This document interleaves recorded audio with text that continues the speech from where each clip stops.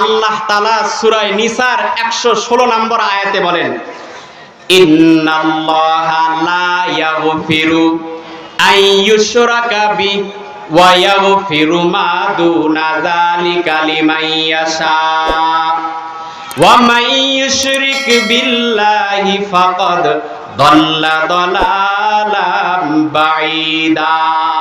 আল্লাহু আকবার বলেন।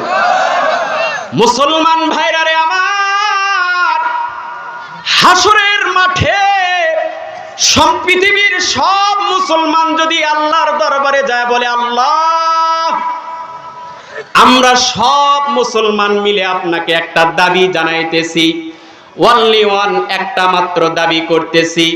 মালিক যদি জিজ্ঞাসা করে কি দাবি করতেছো, মুসলমান সবাই মিলে যদি বলে, ওগো আল্লাহ একটা মাত্র হিন্দু কাফের রে আপনি মাফ করে দেন, আর কোন হিন্দুরে আপনার মাফ করতে হবে না, কোন খ্রিস্টান রে আপনার মাফ করার দরকার নাই, কোন ইহুদিরে মাফ করার দরকার নাই, কোন নাস্তিক রে মাফ করার দরকার নাই, একটাই হিন্দুরে শুধু মাফ করে দেন।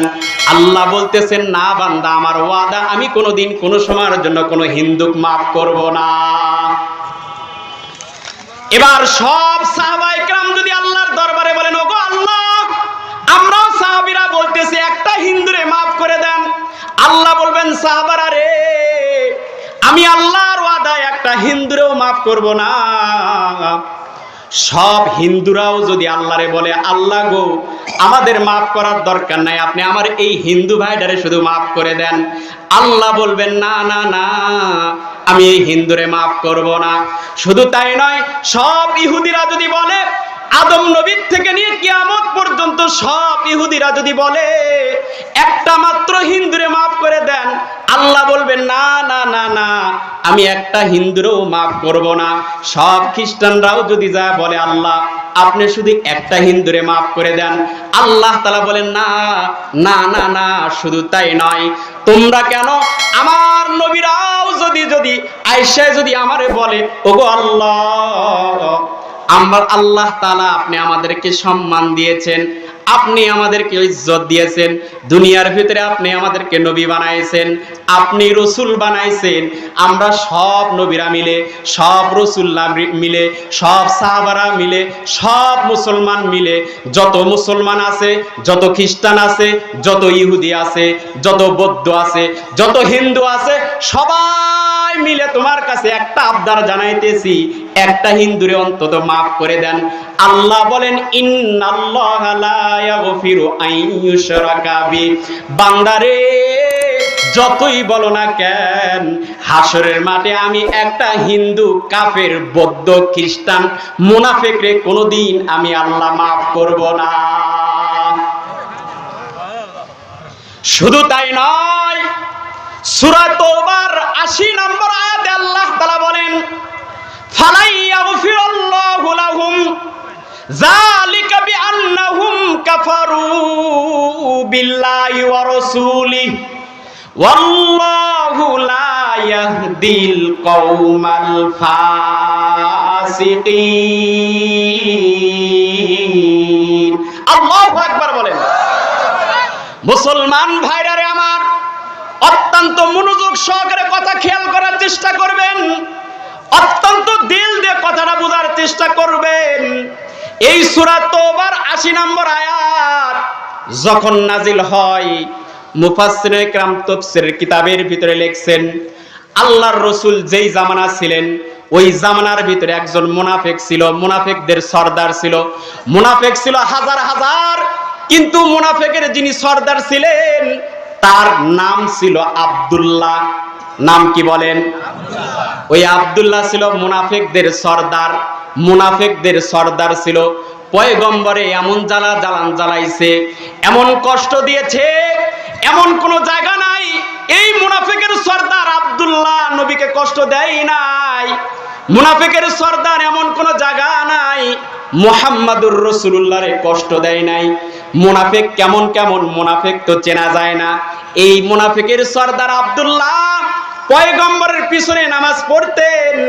শুধু তাই নয়, মুফাসসিরে কিরাম তাফসীরের কিতাবের ভিতরে লিখছেন ওই আব্দুল্লাহ যিনি মুনাফিকের সর্দার ছিলেন, সব সময় পাগড়ি পরে থাকতেন, সব সময় টুপি পরে থাকতেন, সুন্নত লিবাস পরে থাকতেন।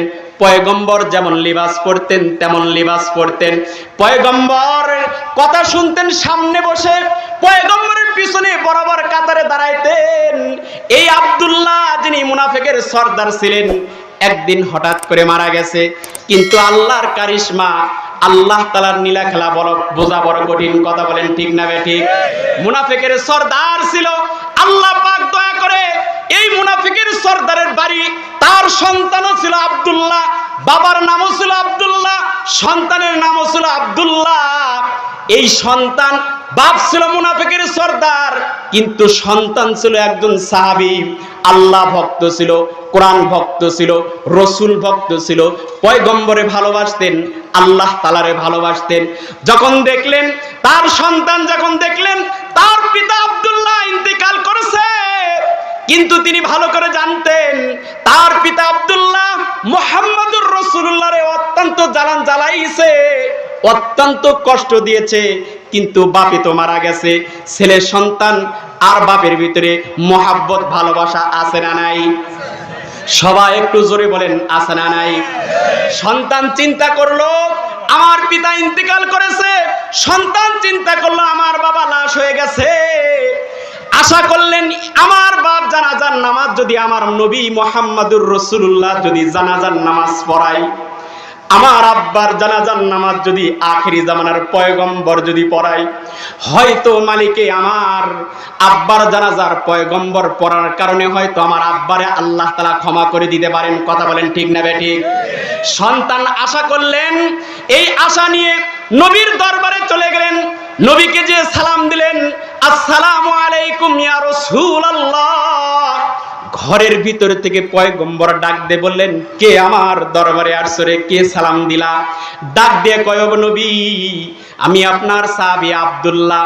নবী ঘর থেকে বাইরে হইলেন, তাকায়া দেখে তার সাহাবী আব্দুল্লাহ রোনাজারি করতেছে, কান্না করতেছে। পয়গম্বর জিজ্ঞাসা করলেন, ও আমার সাহাবী আব্দুল্লাহ, কেন কান্না করতেছো? কি কারণে রোনাজারি করতেছো? কি কারণে তোমার চোখে পানি? আব্দুল্লাহ তখন পয়গম্বরে ডাক দিয়ে বলতেছে, পয়গম্বর গো, যে আমার জন্ম দিয়েছে, আমার পিতা যিনি ছিলেন, যে আমার নাম রাখছে, যার ঘরে আমি বড় হয়েছি, যাকে আমি আদর করছি, আমার বাপ আমাকে আদর করছে, আমার বাপকে আমি ভালোবাসি, আমার বাপ আমাকে ভালোবাসে। ওগো পয়গম্বর, ওগো পয়গম্বর, আমি ভালো করে জানি আমার বাবা আপনার জন্মের কষ্ট দেওয়া দিয়েছে, আমি ভালো করে জানি আপনার অত্যন্ত নির্যাতন করেছে, ভালো করে জানি। কিন্তু পয়গম্বর গো, আমার বাবা ইন্তেকাল করেছে, একটু মেহেরবানি করে দয়া করে যদি আপনি জানাজার নামাজটা যদি ইমামতি করতেন, আপনি যদি জানাজার নামাজটা যদি পড়াইতেন, আমার দিল বলে গো, ওগো পয়গম্বর, আমার দিল বলে গো, আল্লাহ তাআলা অবশ্যই অবশ্যই আমার বাবারে মাফ করে দেবে। আল্লাহু আকবার বলেন। পয়গম্বর ছিলেন অত্যন্ত অত্যন্ত নরম মানুষ। কথা বলেন ঠিক না ঠিক? আমার পয়গম্বর অত্যন্ত নরম মানুষ ছিলেন। মানুষ সাহাবায়ে কেরামদেরকে কি পরিমাণ ভালোবাসতেন, শুধু তাই নয়, মানুষদেরকে কি পরিমাণ ভালোবাসেন আল্লাহ তাআলা নিজেই বলেন, এ দুনিয়ার মানুষ, তোমরা হয়তো কল্পনাও করতে পারবে না তোমার পয়গম্বর তোমাদেরকে কি পরিমাণ ভালোবাসে। আমি আল্লাহ তাআলা জানিয়ে দিতেছি, হে দুনিয়ার মানুষ শোনো, রাস্তায় চলতেছো, তোমার পায়ে একটা কাঁটা লাগছে, তোমাকে কি পরিমাণ ব্যথা লাগছে, তোমার আহ শব্দ চলে আসছে, হয়তো তোমার হাত কেটে গেছে, তুমি একটু ব্যথা পাইছো, মাথা ফাটে গেছে, তুমি একটু ব্যথা পাইছো, তোমার অঙ্গ প্রত্যঙ্গ কাটে গেছে, তুমি ব্যথা পাইছো। এ দুনিয়ার মানুষ, তোমার পয়গম্বর যদি শোনে আমার অমুক উম্মতের হাত কেটে গেছে, সে ব্যথা পাইছে, তুমি যেই পরিমাণ ব্যথা না পাইছো, তোমার নবী তোমার থেকেও বেশি ব্যথা পাইতো। আল্লাহু আকবার বলেন। পয়গম্বর ছিলেন নরম মানুষ। পয়গম্বর বললেন, আব্দুল্লাহ ঠিক আছে, সমস্যা নাই, তোমার পিতা ইন্তেকাল করেছে, আমি জানাজার নামাজ পড়াইব, তোমাকে আমি ওয়াদা দিলাম তোমার বাবার জানাজার নামাজ আমি পড়াইব, তোমার বাবার ইমামতি আমি করব। এই কথা শোনা মাত্রই আব্দুল্লাহ খুশিতে আত্মহারা হয়ে গেছে, দৌড় দেওয়া শুরু করে দিছে। পয়গম্বর আবার ডাক দিয়েছেন, আয় আব্দুল্লাহ শোনো। আব্দুল্লাহ আবার সামনে চলে আসছে, সামনে আসে বলতেছেন, আব্দুল্লাহ এখানে একটু দাঁড়াও, হ্যাঁ আব্দুল্লাহ এখানে একটু দাঁড়াও, আমি একটু ঘরের ভিতর থেকে আসতেছি। নবী আলাইহিস সালাতু ওয়াস সালাম ঘরের ভিতরে চলে গেলেন, সন্তান আব্দুল্লাহ ওখানে দাঁড়ায় থাকলেন। ঘরের ভিতরে যাওয়ার পর পয়গম্বরের সুন্দর একটা পোশাক ঘরের ভিতর থেকে নিলেন, নেওয়ার পর ঘর থেকে বাইর হইলেন। বাইর হওয়ার পর আব্দুল্লাহরে ডাক দিয়ে বলতেছেন, আব্দুল্লাহ দুনিয়ার সব মানুষের সাদা কাফনের কাফন পরাইয়া কবর ভিতরে রাখা হয়, কথা বলেন ঠিক না ঠিক? কিন্তু আব্দুল্লাহ তুমি যেহেতু আমার কাছে আসছো, তোমার আব্বার আজীবনের জন্য কবরের ভিতরে ঢুকাইবারে আব্দুল্লাহ, তোমার পিতারে আজীবনের জন্য কবরের ভিতরে রাখবা। এ আব্দুল্লাহ আমি মুহাম্মাদুর রাসূলুল্লাহ একটা জামা উপহার দিতেছি, একটা জামা হাদিয়া দিতেছি, এই জামাটা তোমার আব্বারে কাফনের কাফন হিসেবে পরাইয়া কবরের ভিতরে রাখিও। আল্লাহু আকবার বলেন। আব্দুল্লাহ আরো খুশি হয়ে গেছে, আমার নবী জানাজার নামাজ পড়াইবেন, আমার আব্বার সাদা কাফনের কাফন কিনতে হবে না, বাজার থেকে আর সাদা কাফনের কাফন ক্রয় করতে হবে না, আমার আব্বারে আমার রাসূলের জামা পরাইয়া কবরের ভিতরে রাখবো। কি আনন্দ! জামাটা লইয়া মদিনার শহরের ভিতরে ঢুকছে, অলি গলিতে এলান করে দিছে, শুনছো আজকে আমার বাবার জানাজার নামাজ পড়াইবে আমার রাসূল। এ দুনিয়ার বাসী শুনছো, আমার আব্বার জানাজার নামাজ পড়াবে আমার রাসূল। এই যে জামা দেখতেছো, এই জামা পরাইয়া আমার আব্বারে আজীবনের জন্য বিদায় দেব। দুনিয়ার মানুষ অলিগলিতে যখন আওয়াজ হয়ে গেছে, সবাই আনন্দ। কি ব্যাপার, যেই মানুষটা নবীরে এত পরিমাণ কষ্ট দিয়েছে সে বুঝি আজকে জানাজার নামাজ পড়াইবে। সব মানুষ আশ্চর্য হয়ে গেছে, নবী জানাজার নামাজ পড়াবে, কি ব্যাপার? লোকটা তো ভালো ছিল না, লোকটাতে ছিল মুনাফিকের সর্দার। সবাই আশ্চর্য হয়ে গেছে, নবী জানাজার নামাজ পড়াইবে। এরপরও নবী আলাইহিস সালাতু ওয়াস সালাম যেহেতু ওয়াদা দিয়েছেন, ওয়াদা কোনোদিন নবী ভঙ্গ করতে পারে না, কথা বলেন ঠিক না?